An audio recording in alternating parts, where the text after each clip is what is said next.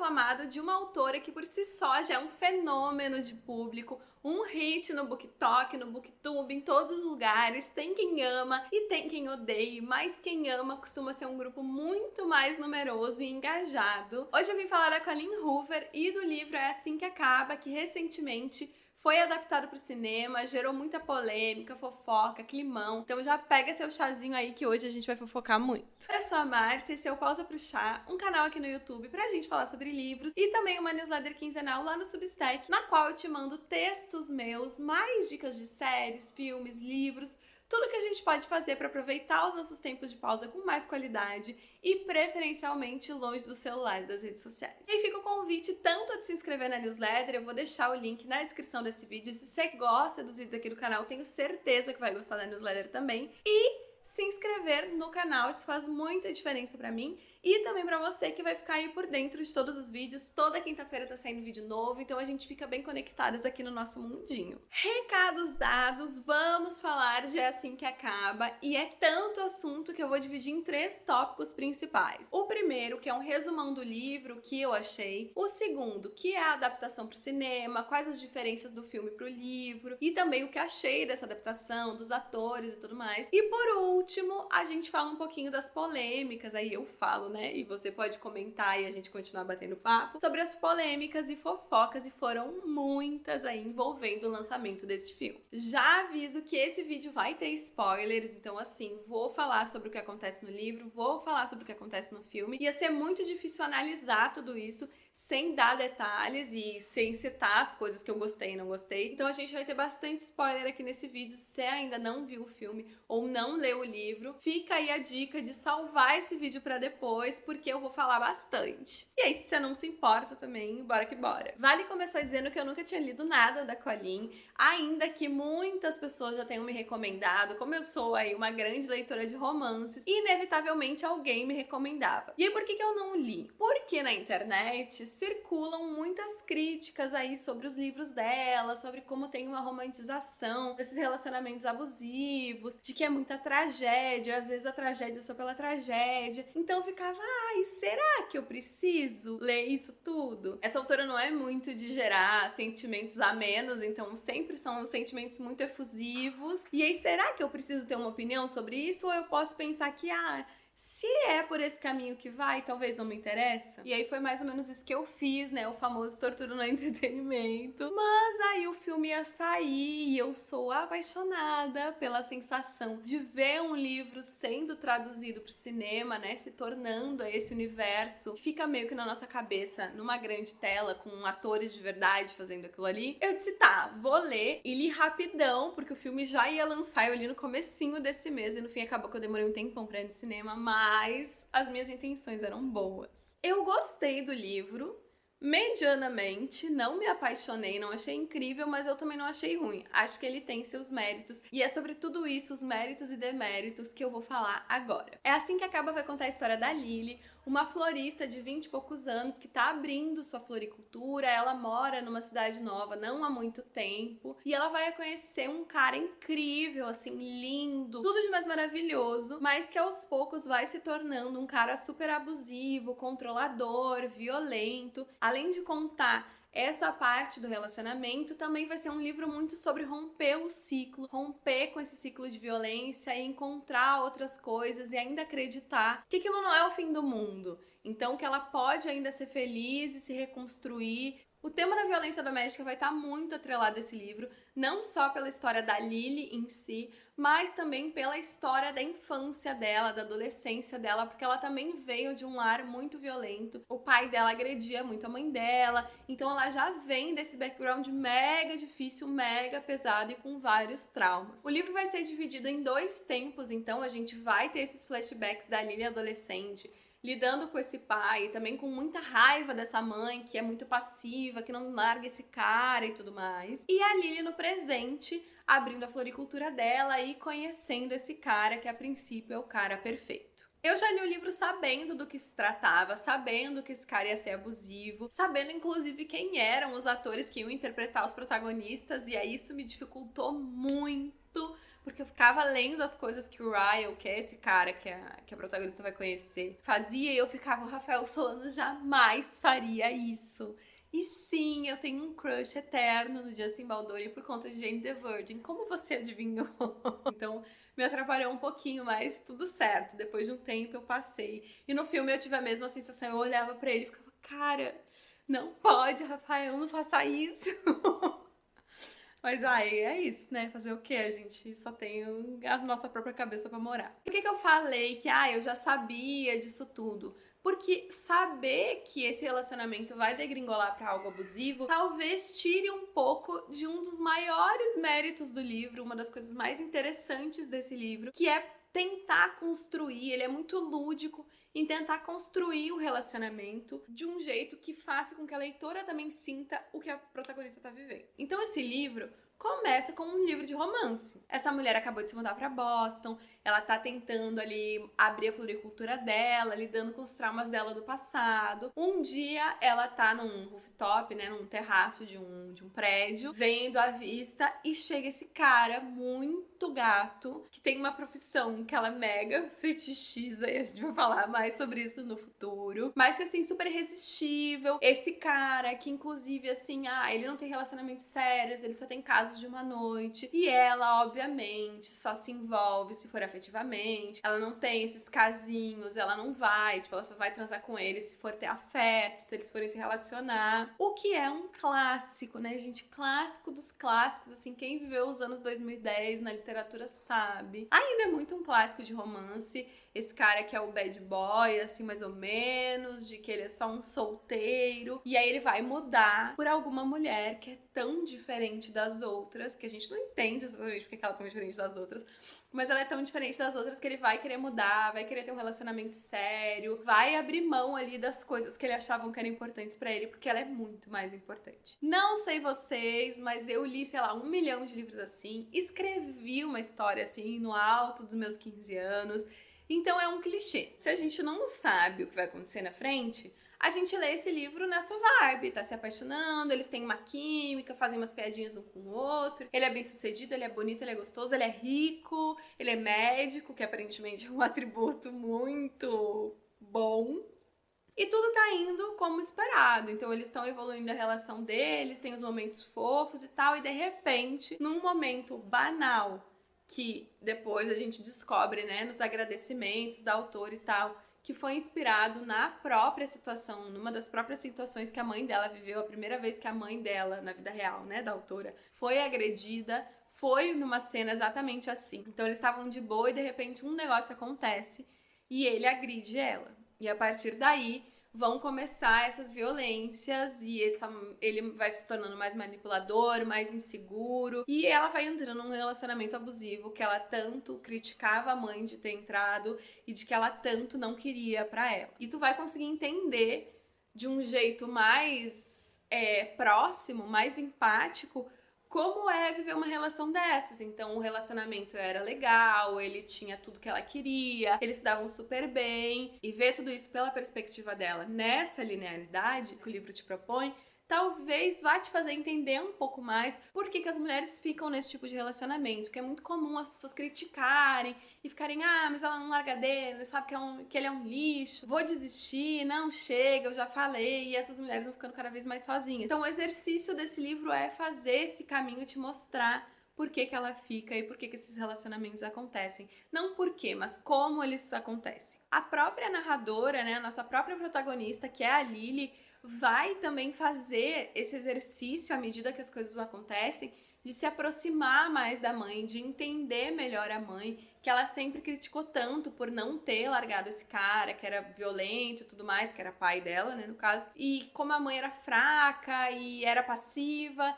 E ela vai, ao viver todas essas coisas e ver como essas dinâmicas são complexas e como ela continua amando esse cara, apesar das coisas que ele fez, vai fazer ela empatizar com a mãe. Então é um exercício que se repete, quase assim, como a gente faz isso com a Lily faz isso com a mãe. Esse é o grande trunfo desse livro, eu acho, de fazer com que a gente se sinta um pouco a protagonista e consiga entender os sentimentos dela e por que é tão difícil pra ela. Mas assim, no primeiro encontro do Ryle com a Lily, já o livro te dá assim uma pista bem gritante pra mim de que esse cara talvez tenha uma certa dificuldade em gerenciar a sua própria raiva. Que então a Lily tá nesse terraço e tal, de repente entra este grande gostoso pela porta e ele esmurra uma cadeira, começa a chutar uma cadeira, jogar a cadeira, tipo, descontar raiva na cadeira. Que esse descontrole, mesmo que seja com uma cadeira, esse acesso de raiva que se torna violento, já não é um bom sinal, né? Nunca é um bom sinal. Então, pra mim, se dependesse de mim, o livro já tinha uma página.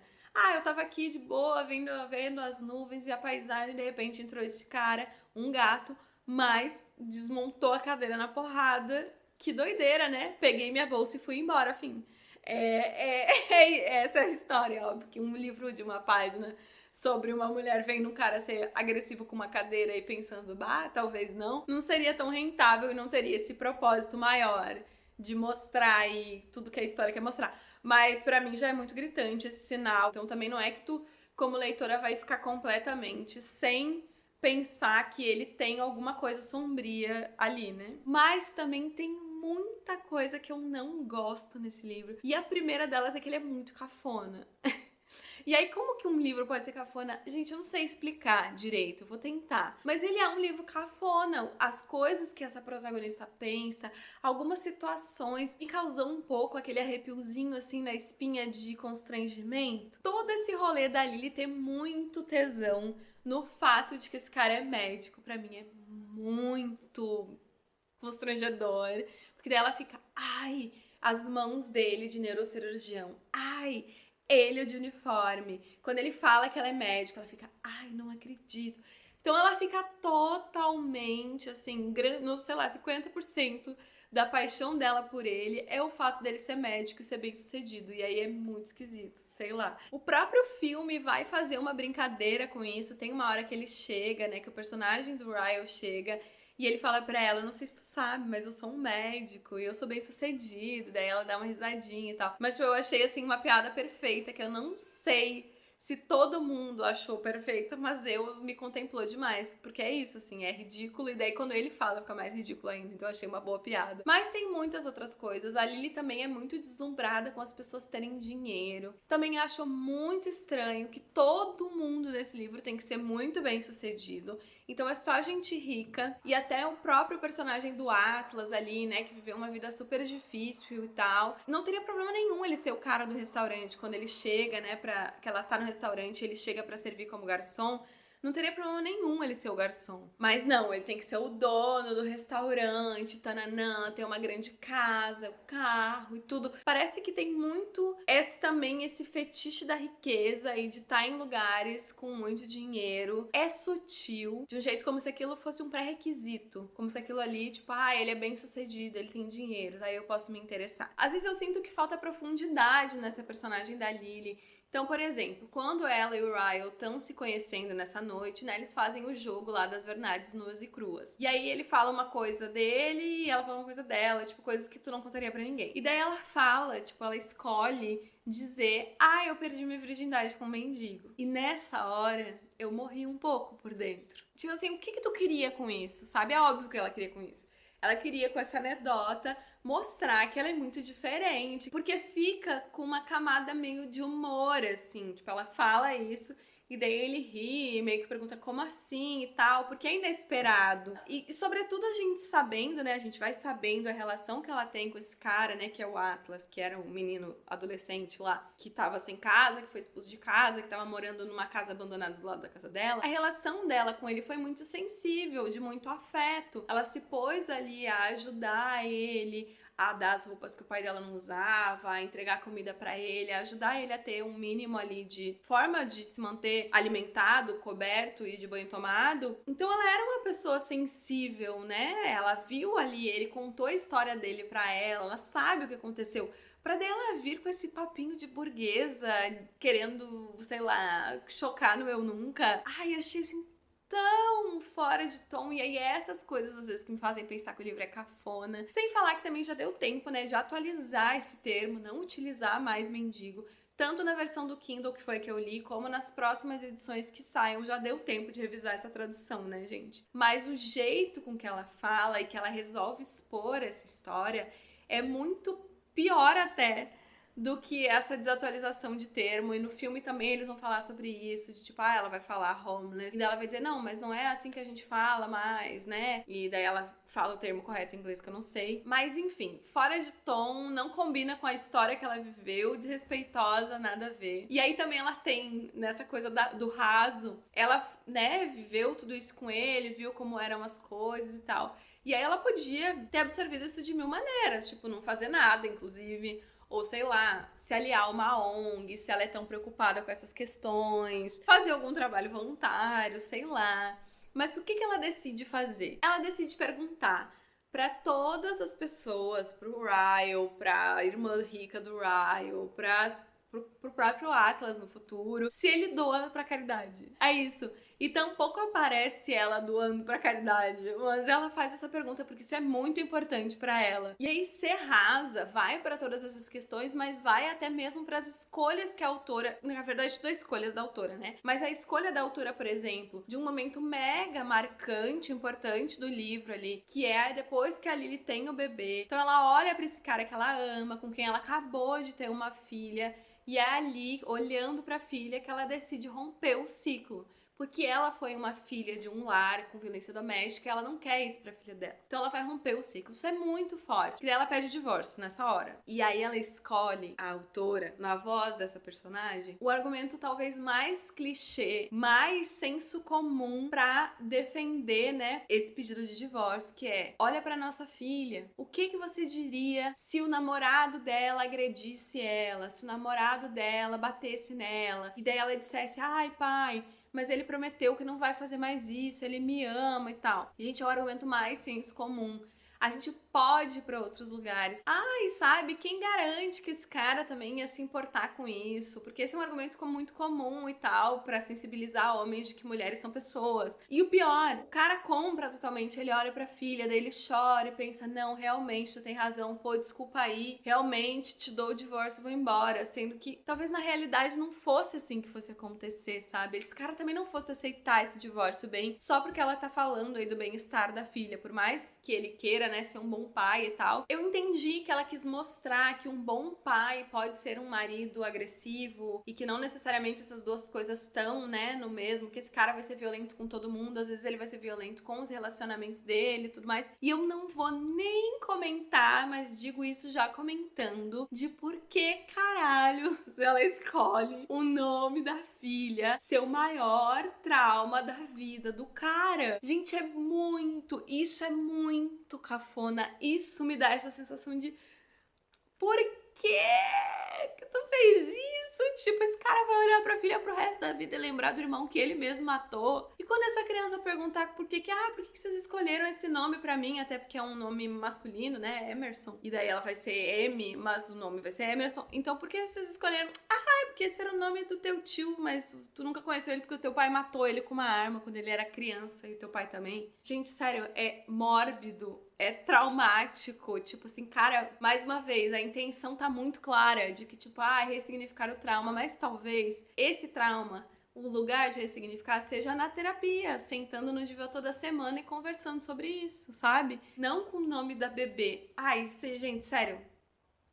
Ui. E aí quando eu fui no cinema eu fui acompanhada, e daí eu fiquei olhando assim de canto de olho, porque o Ícaro não tinha lido, como ele ia reagir nesse momento, e ele ficou: quê? Por que ela tá fazendo isso? Eu fiquei: exatamente. Dito tudo isso, eu dei 3 estrelas pro livro, porque eu gostei médio, não assim foi uau, e fui pro cinema aí animada com o potencial dessa adaptação. E gostei, tá? Várias dessas partes cafonas que eu falei foram muito diminuídas, porque também a gente tem menos tempo, né? Ou foram retiradas também. Então eu consegui gostar mais do filme do que do livro, por exemplo, que é uma coisa que geralmente não me acontece. Acho que eles fazem um bom trabalho em escolher os pontos principais que vão aparecer e o que vai ser deixado de lado também. que é um trabalho difícil e que tá muito bem feito. Os dois protagonistas têm química pra mim, apesar de eles se odiarem, né, na vida real, mas a gente vai falar mais sobre isso daqui a pouco. Os atores que fazem a Lily e o Atlas jovens são muito parecidos com os atores, e a da Lily, inclusive, ela tem a voz parecida com a da Blake Lively, bizarro. Então tá tudo legal, tem umas cores bonitas, o figurino é muito legal. Apesar de no livro não ter referências aí a como a Lily se veste, o figurino é super importante, acho que combina também com essa personalidade dela, e foi muito marcante. Muita gente falou sobre esse figurino, assim, porque ele é bem fora do comum, as montagens, as combinações dela não combinam,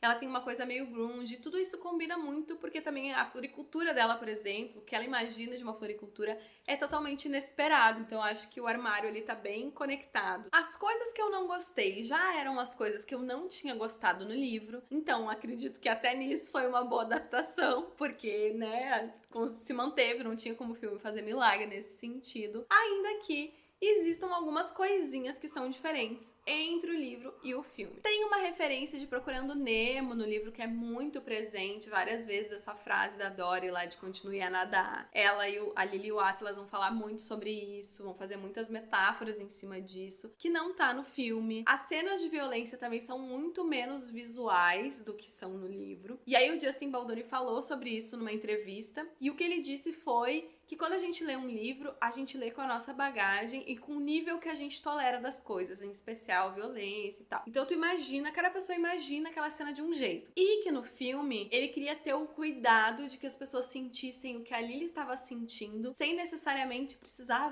ver tanto. Também, porque muitas mulheres poderiam ser engatilhadas por essas cenas de violência. E eu achei que faz bastante sentido, as cenas de violência são meio um blur, assim, a gente não vê muito o que acontece. E também tem uma escolha, né, no jeito que ele conta essas cenas, que não tá no livro, porque no livro, desde da primeira, assim, ela fica meio confusa, mas ela sabe que ele acabou de fazer. E no filme, a primeira vez, fica mais subentendido e essa personagem também não... Ela fica meio, o que aconteceu, pelo amor de Deus? Ela meio que aceita que é um acidente, que foi um acidente que aconteceu. Foi tudo tão rápido que, tipo, nossa, eu bati o braço pra trás e aí tu tava aqui perto, tropeçando, caindo todo mundo. Depois, à medida que as outras coisas vão acontecendo, fica mais claro que a personagem já entendeu o que aconteceu e que isso não são acidentes, né? Mas no começo ele joga um pouco com isso, que eu achei também uma ideia interessante, que é um pouco diferente do livro, mas é super interessante esse recurso de deixar as coisas mais confusas, até porque deve ser um momento mega confuso, difícil de entender, acontece muito rápido e de repente, né, sobretudo nessa primeira vez, e de repente tá tendo que processar um negócio que vai fazer assim com a sua cabeça, né? A gente tem outra mudança bem importante no final do livro e acho que essa mudança vem super pro bem, que é a seguinte. No livro, o personagem, né, do Ryle vai embora do hospital depois da Lily pedir o divórcio e corta pra 2 anos pra frente, eles ali numa relação cordial, porque eles são, né, pais da criança e tal, e a Lily vai deixar, tipo, a criança fica um tempo com ele, um tempo com ela, e aí isso gera, assim, uma sensação meio esquisita de, tipo, como que ela confia nesse cara, tipo, quem garante, né, porque ela tá ali defendendo o ponto de que ele pode ter sido só um parceiro ruim, mas ela não sabe.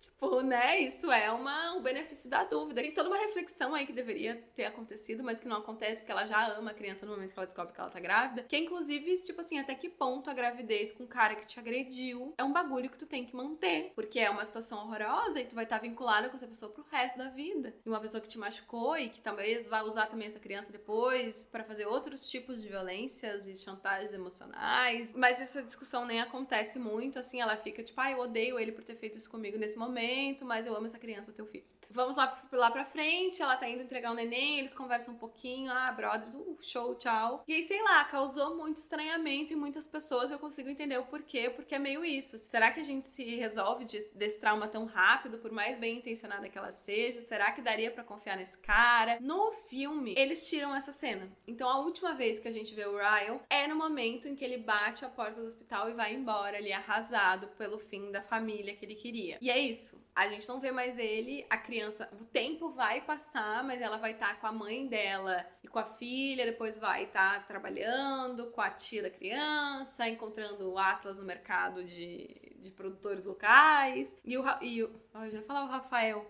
tu vê como não sai de dentro de mim? E o Ryle não aparece mais. E aí o próprio diretor também falou sobre isso numa entrevista, de que eles tinham feito no rascunho original, ali no roteiro, né? Tinha essa cena dos dois se encontrando ali, meio que com esses traumas um pouco superados, e que ele sentiu um mal-estar de pensar nessa cena no cinema. Então acho que é um final melhor. Claro que a gente sabe que esse livro tem uma continuação, que é assim que começa, no qual o Ryle vai aparecer, vai complicar, vai infernizar a vida dela, assim. Eu não li, né? Só li a sinopse. Então a gente sabe que ele vai voltar, mas no filme esse corte dele deixando de fazer parte da vida dela e ela superando isso sozinha, com a mãe, com a filha e com as pessoas, né, que importam e fazem bem pra ela. Eu acho que é um final mais digno pra essa história, pra essa personagem, pra resiliência que ela tem de acabar com esse ciclo. Então, assim, pra mim é uma ótima adaptação do livro, inclusive melhora algumas coisas, como eu já falei. E também senti, assim, que muitas pessoas na sala se emocionaram, assim, deu pra ouvir muita gente chorando.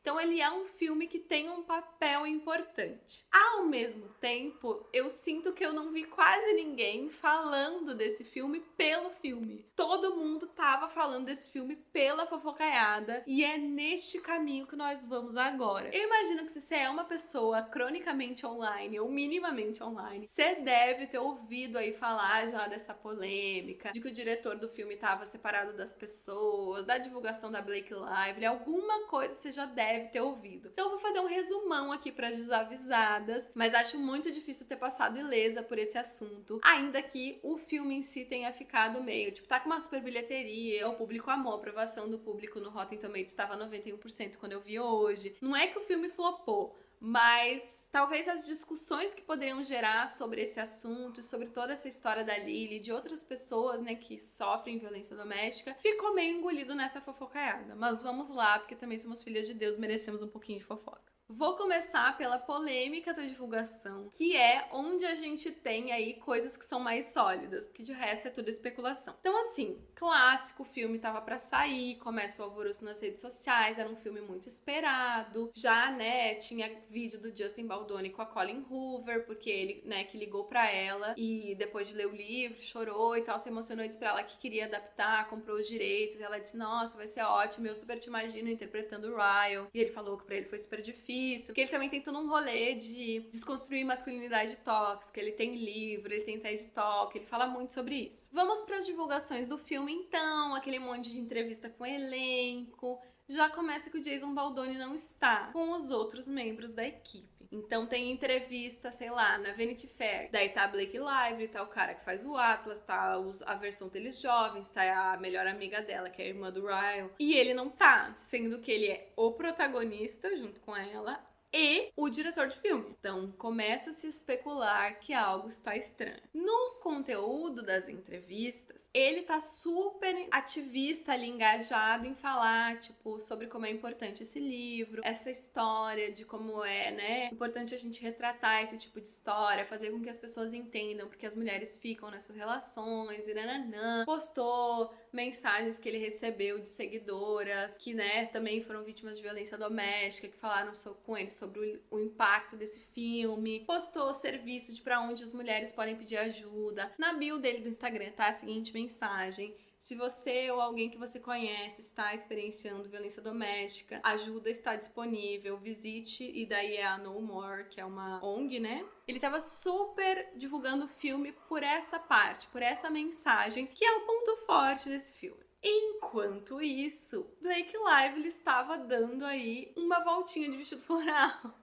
Então ela tentou, assim, parecia que tanto ela, Colin Hoover, toda essa galera tava divulgando um outro filme, um filme de romance, que tem uma mulher, que tem uma floricultura. Então a Blake tentou meio que fazer o momento Barbie dela, convidando todo mundo aí no cinema vestido de flores. E ela foi com looks, com flores em todas as coisas, e só os looks renderam. Quando os jornalistas tentavam, assim, fazer perguntas um pouco mais relacionadas a esses temas mais densos do filme, ela meio que escapava pela tangente, fazia uma piadoca sem graça. Então parece que ao longo de toda a divulgação dela, ela estava tentando amenizar os temas mais pesados do filme e tornar ele mais palatável. E aí teve gente que falou, mas isso é uma estratégia para que mais mulheres, né, vão ao cinema achando que é um romance e aí sejam impactados por essa história. Não sei, gente, achei meio balela, sabe? A própria Colleen Hoover tava vendendo linha de esmalte inspirada no filme, nas cores da Lily. Ai, umas coisas assim que, gente, vamos levar esse assunto um pouquinho mais a sério, sabe? Tipo assim, vocês têm uma obrigação moral e responsabilidade de, tipo, se vocês estão ganhando todo esse dinheiro, fazendo toda essa gente no cinema, coisa esquisitíssimo. Também a Colleen quase lançou um livro de colorir, de assim que acaba, e daí as pessoas, tipo, criticaram pra caralho os próprios leitores, e daí ela cancelou.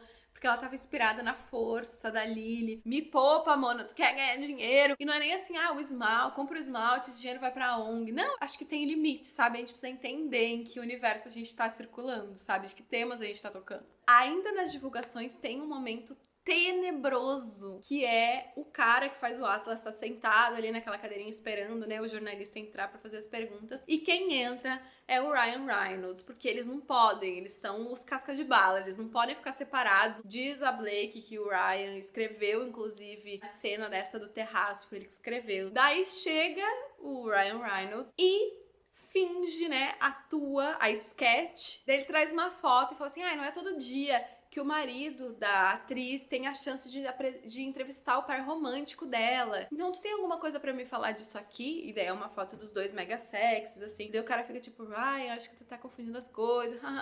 E daí, não era isso. Ele faz uma piadoca sobre bunda. Porque é óbvio que ele faz uma piadoca sobre bunda. Porque ele é o Deadpool e os dois ficam cocô, bunda, pipi.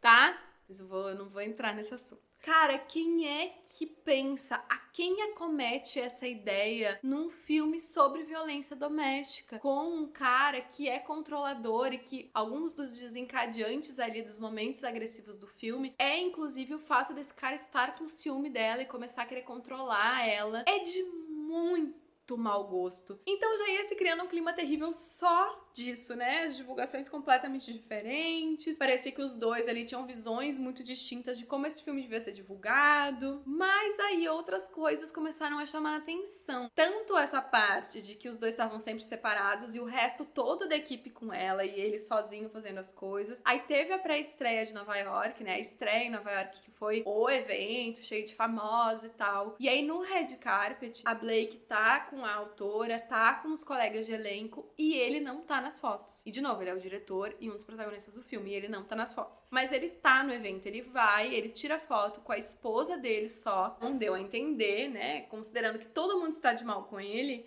que o errado era ele, né? Mas a gente não sabia ainda o que tinha acontecido. Aí os internautas começaram o seu trabalho e foram pesquisar. Descobriram que nem a Blake nem a Colleen seguiam mais ele no Instagram, mas também veio à tona aí uma história de que possivelmente ele teria falado mal do corpo da Blake, ter falado que ela tinha ganhado peso e tal, né, de um jeito pejorativo, numa cena aí que ele teria que levantar ela e tal nos braços, e o corpo dela pós-parto, né, que ela recente tinha tido neném. Mas, em paralelo, também começou todo mundo a falar que a Blake era uma pessoa dificílima de trabalhar, dificílima de lidar, assim, de que ela tinha esse jeito estrela de ser, que ela meio que fazia as coisas do jeito que ela queria, porque ela era famosa, se metia demais nas coisas. Começou a vir à tona um monte de entrevistas dela no TikTok, sério, meu TikTok era só isso. Entrevista dela sendo desagradável, falando umas coisas assim, mega questionáveis. Aí teve toda a treta lá de que uma jornalista elogiou que ela tava com uma barriguinha, né? Porque ela tava grávida e tal. E daí ela falou pra jornalista, eu também achei lindo a tua barriguinha. E a jornalista não tava grávida e inclusive tinha traumas com esse assunto. Nesse meio tempo, criticaram muito ela dela não ter falado nada, né? Sobre tipo, não ter dado nenhum serviço, não ter dado a importância. Aí ela meio que botou um story lá, tipo, vocês podem pedir ajuda aqui, tipo, não sei o quê. Mas também um stories, enquanto no feed tava só vestido e lindos momentos. Então começou a se dividir a internet em lados. O lado, esta mina é uma chata e ela provavelmente é o motivo pelo qual eles brigaram, ele não aguentou ela sendo chatona. Por outro lado, tinha gente defendendo ela, falando que tipo assim, homem é escroto mesmo, claro que ele deve ter falado isso. Aí também saiu outros rumores de que talvez numa cena de beijo ele teria beijado mais tempo, que ele tinha dado em cima de uma pessoa, de uma influencer, sei lá, de uma pessoa que tava envolvida no filme. Então fofocaiada, ninguém sabe ao certo o que aconteceu, ninguém tem prova de nada. Estava muito na internet polarizados, né? Polarização da informação em lados, mas quando vê as duas coisas aconteceram também. Mas foi assim, puxado. E aí também um outro ponto, né? Porque tem dois pontos eu acho que contribuem muito pra esse rolê do Justin ficar meio que, tipo, alguma cagada ele fez, que é o fato de que o elenco todo tá do lado da Blake, né?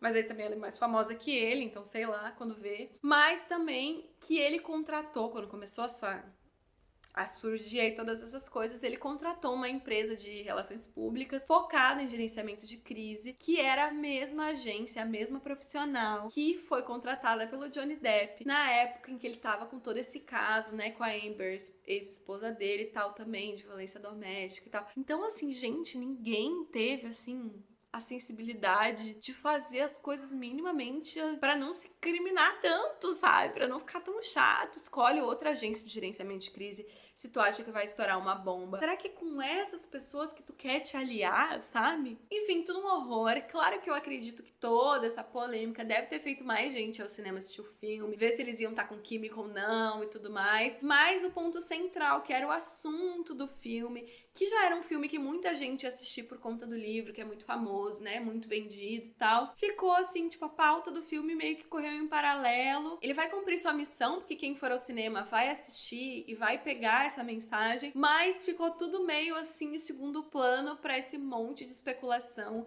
que a gente não sabe nada. Talvez no futuro, um dia, alguém conte, mas é muito difícil que isso aconteça. Em teoria, esse filme poderia ter uma continuação, né? Porque tem o segundo livro, mas assim, duvido muito que esses dois vão atuar juntos de novo. O próprio Justin falou numa energia bem shady da parte dele, de que ele não iria dirigir o próximo, que a Blake Lively seria a pessoa perfeita pra dirigir, porque ela tem tantas ideias e tantas coisas meio... Ele fala de um jeito muito polido, tá? Mas dá pra entender, dá pra sentir que lá no âmago ele tá, tu não é a boa? Então dirige aí. Não, eu não tenho mais nada pra dirigir, que dirija ela, sabe? E é isso, gente. Essa é a fofoca, assim, meio amena também, porque é só especulação, ninguém confirma nada. Não é uma fofoca boa, que nem aquela do filme do Harry Styles, que daí tinha a Olivia Wilde no relacionamento com o Harry Styles, deixando o marido se jogando na frente do carro pra ela não ir embora, ela fazendo a salada que ela fazia pra ele, pro Harry Styles. Essa, sim, foi uma farofada boa, sabe? Aqui, sei lá, fofoca média que cansa rápido também,